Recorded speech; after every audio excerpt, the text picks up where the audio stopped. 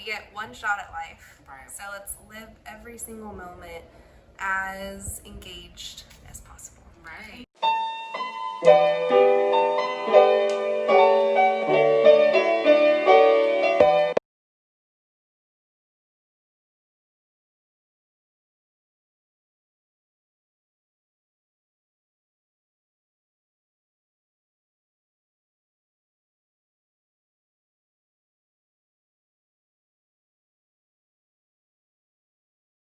Health and wellness mean like in your life, or what does it look like in your life?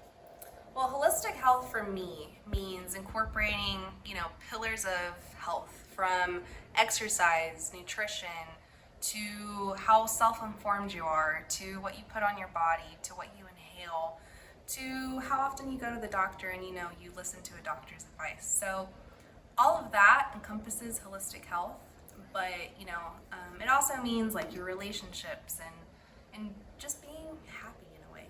So that's what it means like to me. I totally agree.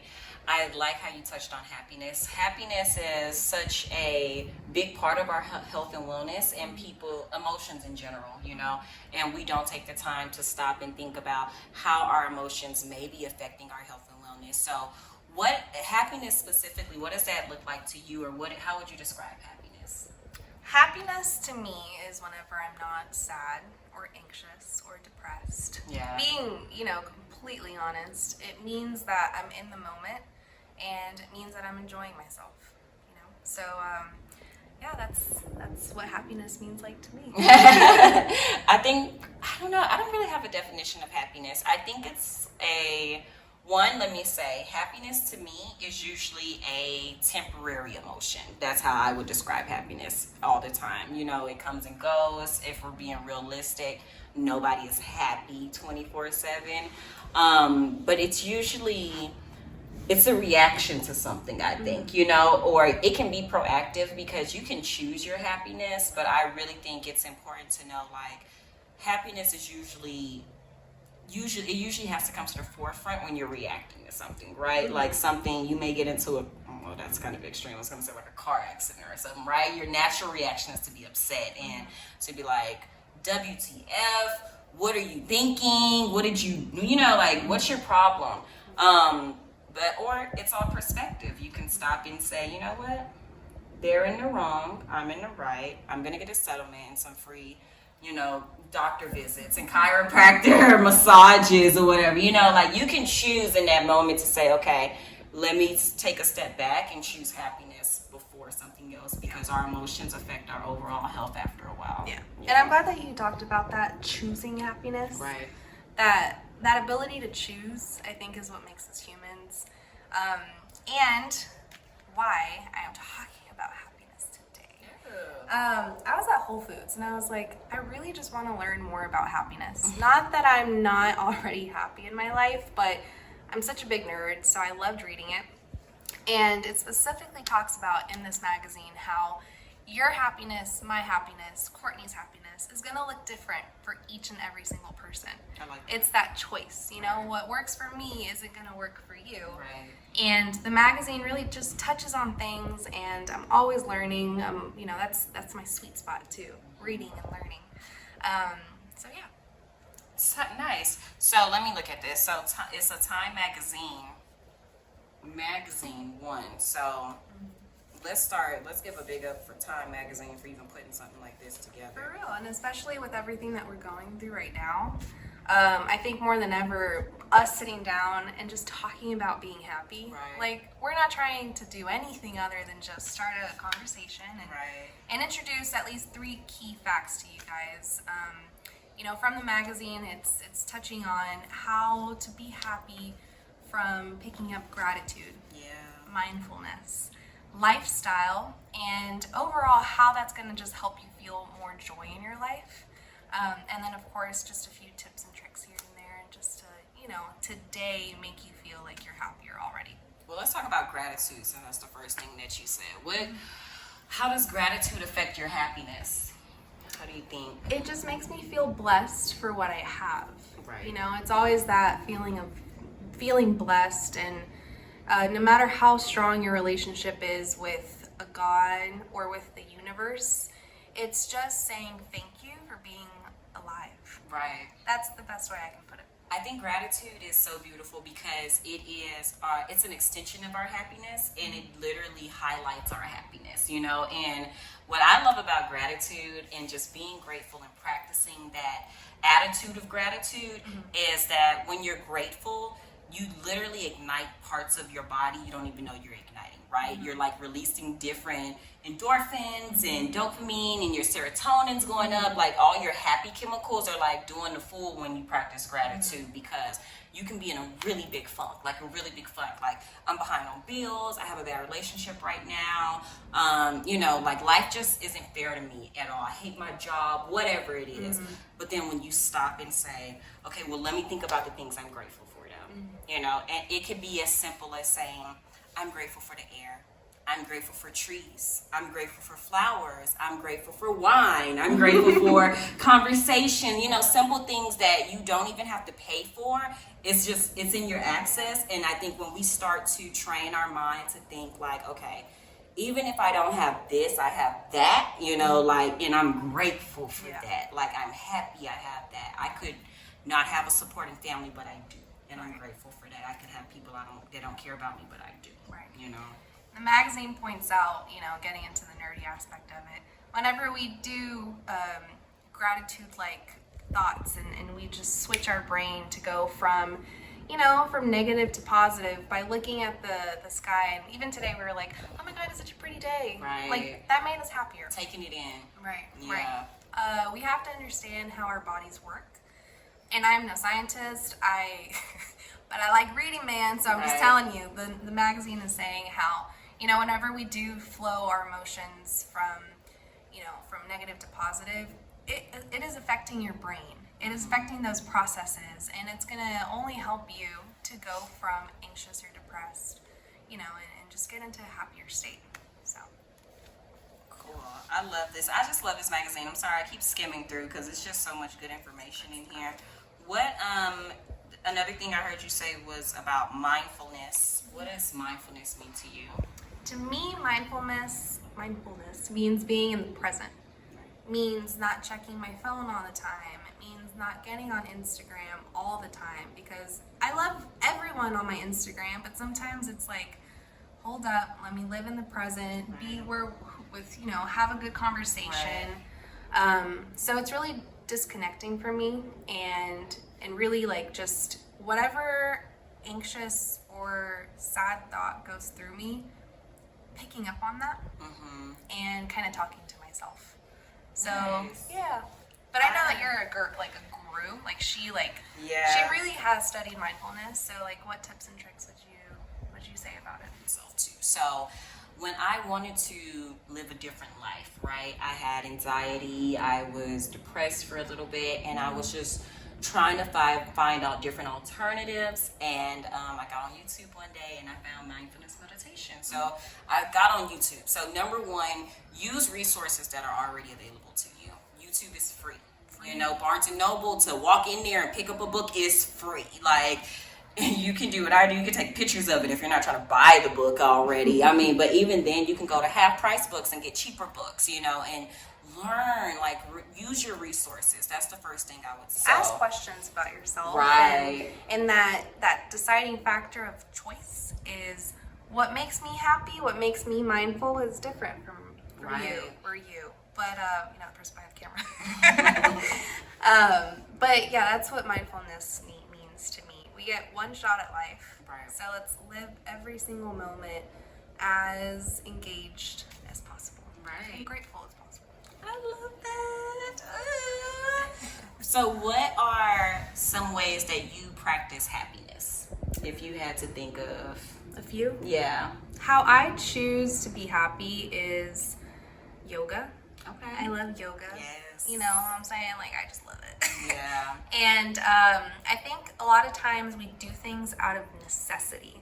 Mm-hmm. You need that push to get going. So my body was telling me I needed yoga. My mind was telling me I needed yoga. But it can also be coming here, hanging out with good people, good energy, having good wine. So surrounding myself as well in things that make me happy. it doesn't have to be external. It doesn't Right. have to be, oh, I have to have my friends. It could be me going to Whole Foods and just, picking up just a good walking. read. Yeah. So it's just triggering that that decision to just go out and do whatever makes you happy. If you want to go get a pedicure, go get a pedicure. You know what I'm saying? So, what about you? I'll piggyback off of you I would say, saying yes to yourself. Like a lot of times we do put other people before us, and it's great. To be of service is amazing, and you should be of service to others, but you also have to be kind to yourself and real with yourself. And if that means saying no to somebody else to say yes to yourself, I'm really big on that kind of aspect of self-care. That's hard. That's really hard. But you have discipline. Right.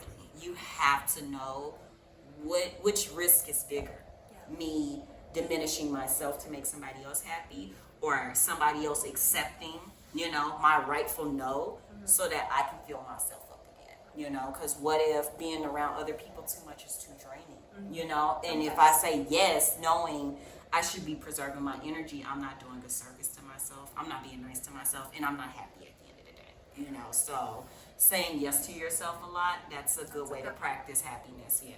That's, I would say. So obviously mindfulness is like a big key chunk of this, because if you're not going to love yourself, if you're not going to talk to yourself, who is? You got to take care of this, And at the end of the day, I think if you take on too many opinions from other people, it conflicts your version of happiness. I think that's the most important thing about being mindful is this is what you want. This is really what's going to make you happy. It's not going based off of what your therapist or your coach or your friends or your mama. It's not going off of what they told you your happiness should be or what you should do at this time. If you're real with yourself and it's like, I know this may not make sense to everybody, but it makes perfect sense to me. Then you do what makes perfect sense to you. Because nobody else can live your life. So going to the third point. Lifestyle. Oh man, that's the biggest. That's a big one, because this is when you are actually taking the actions to take care of yourself. Saying no to, a Chick-fil-A meal. Saying no to, buying a wine that has less calories. That's for, it's no fun. I've had it this week. It's not good. But it is working out. In whatever way that works for you, it's moving your body. I had a really bad experience with bad back pain. Like, I'm 26. I felt like a grandma, not gonna lie. And yoga, that necessity pushed me to do yoga. So moving my body, pushing myself, and really when I go to the gym, that adrenaline of feeling like, no, I'm gonna go up and weight, and feeling like I couldn't do it. But knowing that I pushed myself, and little by little working towards that, and feeling more confident in my body too, because I love Chick-fil-A. So that's my take on lifestyle. Is for sure exercising, for sure nutrition. I was so proud of myself this morning. I made a really good green smoothie. What you put in it? I put pineapple, banana, spinach, and flaxseed for digestion. Love flaxseed. No, I put flaxseeds in all my smoothies. Yeah, and I think that was about it. So it came out really good. Pineapple and anything green is always a good mixture. I love that. I like that you touched on working out, because I'm sure every human, even your biggest fitness gurus, can say, at the beginning, I had to make myself work out. LeBron James, 6'9", freak of nature, amazing player, has even admitted in recent interviews, I make myself work out every day. You have to. I don't want to work out every day. This is LeBron James. I don't want to work out every day. I know I need to. So I make myself, and it's you look at people like that and it's like, well, shit, if he don't want to do it, it's no excuse. Because you would think it's easy for him at this point, right? No, it's discipline. It's how much do you care about yourself, And so lifestyle is important. I'm trying to tell you, because I started in September, like working out. I was doing 2-a-days, and it got me into a point where now it's November and I still work out at least once a day. You know, I may not do it twice a day anymore, but when I wake up, it's such an instinct for me to like get on my mat and start doing stuff because it's a part of my lifestyle now, right? And even on the mornings when I don't want to, I'm just like, but Court, we've been loving the results. It's the routine. You know, we've been loving the results. Yeah. So lifestyle, it makes it that much better. Because it will hurt. Yes. Being sore is not It's fun. not fun. No. That's not fun at all. But then you get massages. So you get massages. You get massages when you're sore. That's the next addiction. So. And what about nutrition? Wow. Really big because, you know, I've been getting really more and more into nutrition lately. It's like, it's a whole world of, you know, I really wish we pushed it more, like in schools and in our media, like the importance of nutrition, because what you put into your body is going to make or break your body 5 years from now, you know, and, like period. I don't care how much you fucking work out. If you're eating donuts every morning, you're trash. Okay, no, I'm kidding. You're not trash, but you do want to be conscious of how you're eating, you know, because what you put in your body, I'm really big on never having to be that old person with the Sunday to Saturday box filled of prescription drugs. I want it to be my vitamins. I want it to be my supplements. I want, you know, like, that's health insurance. Nutrition is also that self-love aspect, because you may suffer from gut health, you know, and it's Gut like health you is keep big. eating bad stuff. What do you Right. think will happen? Right. And it's a very sensitive, you know, subject. I have a friend of mine who struggles with gut health, and I'm like, literally the only solution to this is you taking your health seriously. Right. You taking your diet seriously. And it's also discipline, because it's Yeah. easier just to drive up through Chick-fil-A. I think it's the third time we say Chick-fil-A in this Yeah. video, and say, Can you guys "Hello." sponsor us? Not really, no. But yeah, it's all, you know, it's a big circle of life, you know, Yeah. nutrition, exercise, mindfulness, all of this, and really just, it's the science of happiness. And like you said about gut health, that's huge. I learned maybe 2 years ago when I was just like hunkering down and really trying to study holistic health and wellness, like in every aspect.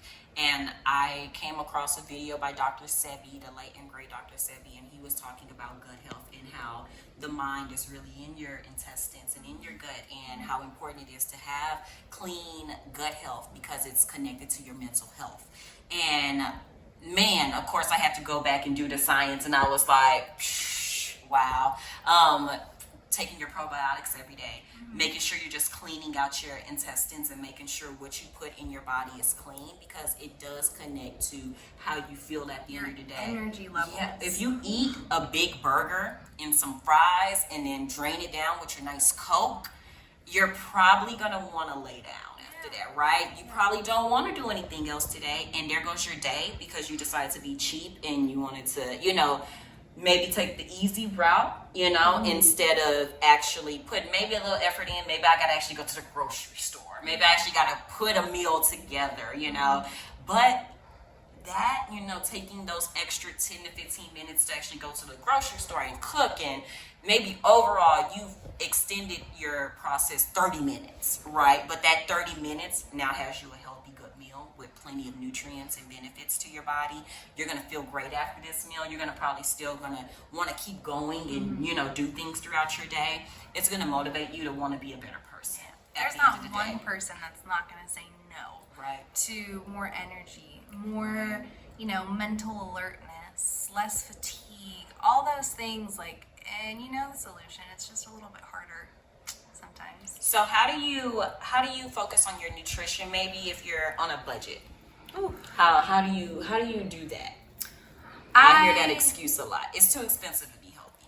No. So and it's what's your take on that? My take on that is, when I go to the grocery store, it's easy. I just buy things that are healthy for me. Right. You know, I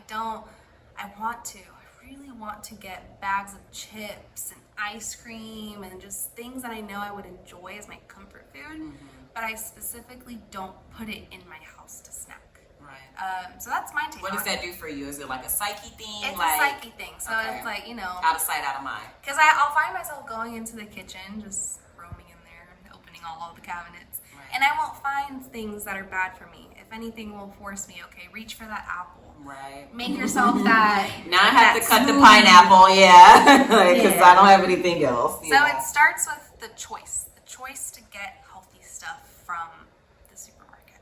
Because you're going to spend the same money, and if anything, now your options are limited. Yeah, and okay. Yeah, that's my take on it. I like it. I say the same. I'm a planner. I would like to think, and I like to write stuff down, and I like to plan things because I'm also a wanderer. So I had to learn how to balance out me being a wanderer naturally with me planning. So I'm the type of person, I used to go to the store and just buy stuff. I didn't have a list. Girl, it was me targeting vibes, okay? Like, I was not in there like with a list knowing I'm going to buy 6 things. Whatever my stomach leads me is what I'm getting today, right? So I had to make lists.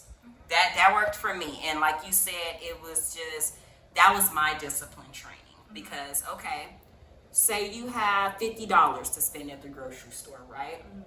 You can, like you said, spend the $50 on your comfort foods, your nice, good processed foods with all your bad sugars and calories and carbs and all that nasty thing, right? Or you can go to that produce section and go crazy, right? We go crazy in the produce section because produce actually isn't as expensive as people think it is. And if you know how to do it the right way, honey, we save. I say seasonings. You go get you some real natural seasonings. Go to HEB, go to Whole Foods where you can get it in bulk. It's way cheaper. I got 3 seasonings one day. Came out to like $136 altogether because it goes by weight. You know what I mean? Like little tidbits like that. Knowing that eating healthy isn't expensive. Like you said, you're going to spend the same amount of money anyway, right? So instead of spending it on my fast food that's already cooked for me and I don't have to cook when I get home, okay, cool. But now you're going to put this bad stuff in your body. You're going to be hungry again in the next hour. And what now? You know what I mean? Yeah. Like, the importance of putting good food in your body, regardless of how tempted you are to go get that junk food, it's a matter of how much you want to love yourself right now versus how much you want to pay like in doctor bills and stuff later on. It's a real health insurance. It is, and it makes you feel good and makes you feel clean and less bloated and it doesn't make you feel gassy and all these things. So who wouldn't want that? My tip for eating healthy whenever I do go to the grocery store, it's just knowing in my mind I choose healthy stuff. Right. It's okay if I want to put 1 or 2 things in there. But my diet, it's like sticking to the outside of the grocery store, like the fresh stuff, the produce, right. And really, cooking it. One of the ways that I find happiness, which you know of, is cooking. Yeah. So Same, sis. that's one of the ways that I'm able to keep it budget friendly and just good for me. Right. I agree. I would say, like, with nutrition, I really enjoy grocery shopping. And like you said, staying on those outer skirts, like being in the produce section and even like the good frozen foods, because I like cooking. I enjoy it. It's therapeutic, and I think with nutrition, it's so cool when you learn about the foods that you're using, right? Like, say you're trying a new recipe and you have to use like chard. I've never cooked chard before, but I know it's a nice, good green thing. But like, say that's fun now, right? I get to go to the store, I get to buy some chard, I get to cook it a different way. It works better with this oil instead of that oil. It works better with these seasonings instead of those. Like, it's an experiment. You have to make it fun, I think. And when you know, like, damn, I'm having fun and I'm making something that's good for my body, and then the best reward, of course, is you get to eat it. So, I mean, who wouldn't want that, right? It's self-love on a different level, I think, but like you also said, like with balance, when you go to the store, don't deprive yourself, you just don't deprive yourself. What's your guilty thing? Mine is dark chocolate covered almonds. Really? I would say one thing I know I would never give up, and it's probably not the best for me, is like starch anything.